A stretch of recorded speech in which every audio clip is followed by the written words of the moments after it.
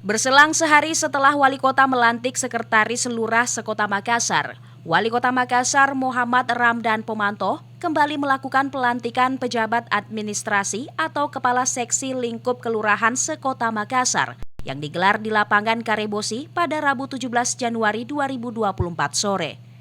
Pada pelantikan tersebut, Dani Sapaan Wali Kota Makassar berharap pejabat yang baru dilantik harus lebih loyal, berdedikasi dan profesional dalam bekerja, sehingga pelayanan di tingkat kelurahan bisa bekerja secara maksimal, terlebih dalam menjalankan agenda nasional seperti pemilu dan agenda lokal prioritas Pemkot Makassar lainnya. Alhamdulillah setengah dari kebutuhan kelurahan sudah selesai. Tinggal setengahnya lagi, hampir 100 personil harus kita isi. Nah, kenapa kita belum isi hari ini? Ternyata kita kekurangan ASN. Nah, ASN di kelurahan itu minim sekali. Lagian ASN itu apapun namanya pejabat harus S1. Nah, banyak belum S1. Jadi banyak tertolak, sekitar 50-an tertolak. Karena ada sistem.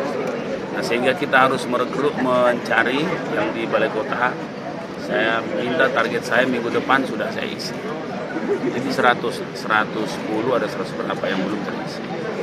Sekalian minggu depan juga kasih kelurahan, kecamatan, dan kasubag saya akan lakukan. Ia menambahkan, para kepala seksi menjadi bagian penting dalam jalannya pelayanan publik. Jalannya program sentuh hati kepada masyarakat di tingkat kelurahan yang bersentuhan langsung dengan masyarakat. Mulyadi, Fajar TV dan Fajar Radio melaporkan.